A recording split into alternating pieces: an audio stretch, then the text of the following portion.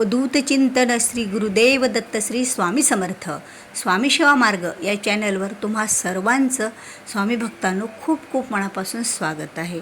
स्वामी भक्तांनो, आपण खूप सेवा करतो, पूजा करतो, आराधना करतो, पण आपण कितीही सेवा करून जर इच्छा पूर्ण होत नसेल तर त्यावेळी मात्र आपण खचून गेलेलो असतो।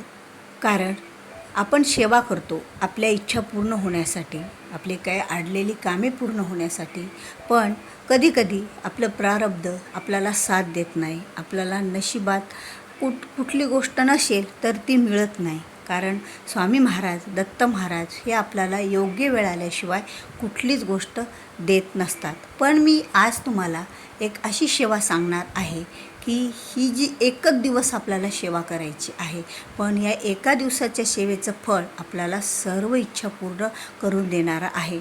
नशिबात आपल्या जे नाही ते सुद्धा दत्त महाराज आपल्याला देतील। कारण ही सेवाच एवढी प्रभावशाली आहे की एकच दिवस जर आपण हे वाचन केलं तर आपल्याला सर्व इच्छा पूर्ण होतील, मनोकामना पूर्ण होतील। कितीही जरी अवघड आपली इच्छा असेल, समस्या असेल, कुठलं तरी एखादं कार्य असेल, ते सुद्धा पूर्ण होईल। पण स्वामी भक्तांनो, ही जी एक दिवसाची सेवा करायची आहे ती अशी करायची आहे की ही सेवा करण्यासाठी तुम्हाला एका जाग्यावर बसून एका दिवशी आपल्याला दत्त महाराजांचं दत्तात्रेय स्तोत्र, आता हे दत्तात्रेय द्वादश नाम स्तोत्र आपल्याला वाचन करायचं आहे। आता हे जे दत्तात्रेय द्वादश नाम स्तोत्र आहे, हे स्तोत्र वाचताना आपल्याला एक संकल्प अगोदर करायचा असतो। आता तो संकल्प करायचा म्हणजे तो संकल्प करताना आपल्याला एका तळहातावर महाराजांना मुजरा करायचा। स्वामी महाराजांच्या कृपेने आपल्याला हे वाचनाला सुरुवात करायची। महाराजांना विनंती करायची की मी हे दत्तात्रेय द्वादश नाम स्तोत्र एकाच जागेवर बसून 1000 वेळा याचं वाचन करणार आहे। बघा, 1000 वेळा वाचन म्हणजे हे 2च वेळेचं दत्त महाराजांचं दत्तात्रेय स्तोत्र आहे।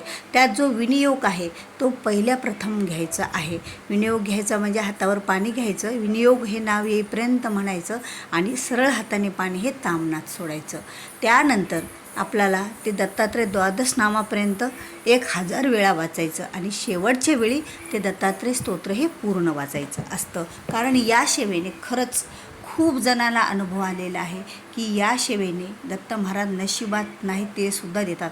कारण 1000 वेळा एकाच जागेवर बसून आपण ज्या वेळेला वाचन करतो त्यावेळेला दत्त महाराजांच्या लहरी आपल्या सभोवताली एवढ्या जमा होतात की त्यांची एक चांगली ऊर्जा आपल्याला सोबत राहते आणि आपल्याला ती आशीर्वाद देत असते। मग भले तुम्ही ती सेवा कुणाहीसाठी करा, तुमच्या घरातल्या कुठल्याही व्यक्तीसाठी ती सेवा तुम्ही करू शकता आणि कुणीही कोणत्याही व्यक्तीसाठी ती सेवा करू शकतो। पण वाचनाच्या अगोदर संकल्प करताना तळहातावर पाणी घ्या, त्यामध्ये थोडेसे तांदूळ टाका आणि तांदूळ टाकून ते पाणी तुम्ही काय तुमच्या मनात इच्छा असेल ती म्हणा आणि नंतर ते पाणी तुम्ही सरळ हाताने तामनात सोडून द्या।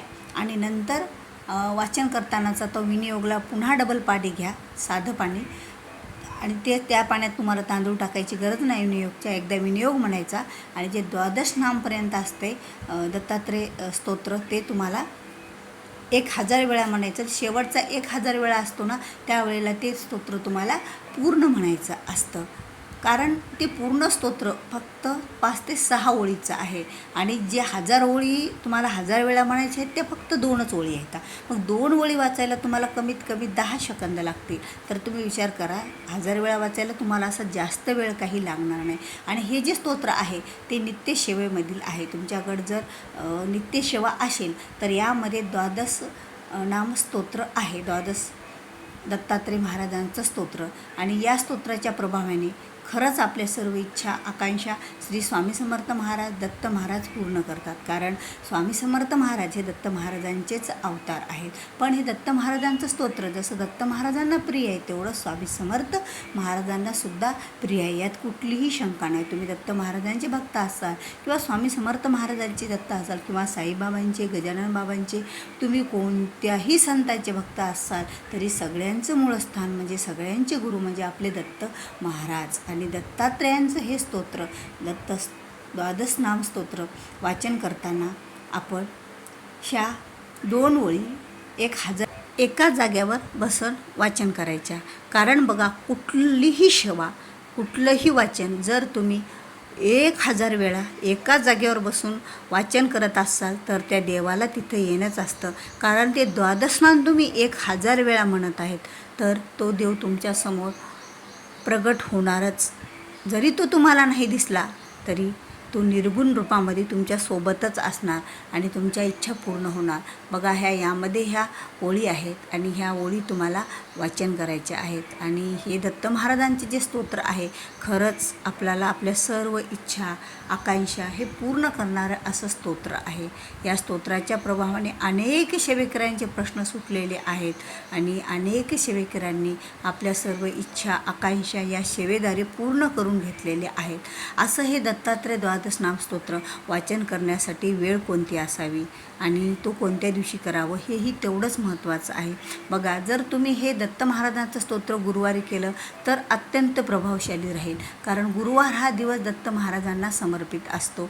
दत्त महाराजांचा हे गुरूंचा वार गुरुवार. मग या दिवशी जर तुम्ही हे स्तोत्र वाचन करसाल कोणत्याही गुरुवारी तर अतिशय चांगलं. किंवा तुम्हाला वेळ नाही, कुठलाही एखादा चांगला दिवस शुभ दिवस पाहून जर तुम्ही त्या दिवशी जरी वाचन केलं तरीही काही हरकत नाही, तुम्हाला ज्या वेळेला वेळ मिळेल. पण एक महत्त्वाची गोष्ट, एवढं वाचन होईपर्यंत तुम्हाला उपवास करावा लागेल.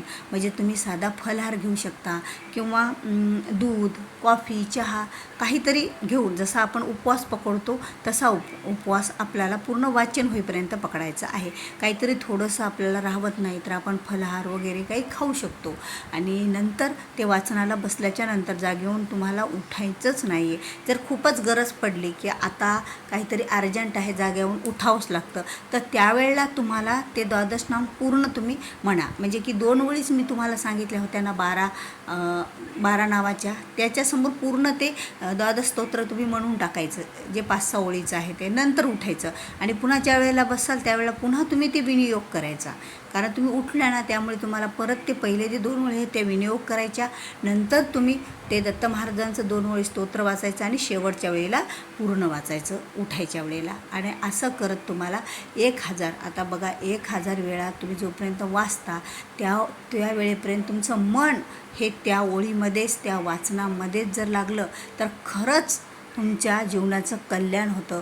तुम्हाला नशिबात नाही ते सुद्धा श्री दत्त महाराज देत असतात. कारण दत्त महाराजाला अतिशय आवडणारी ही सेवा आणि या सेवेमुळे आपल्या सर्व इच्छा आकांक्षा दत्त महाराज पूर्ण निश्चितच करतील. तर स्वामी भक्तांनो, खरंच स्वामीवरचा विश्वास हा अटळ ठेवा.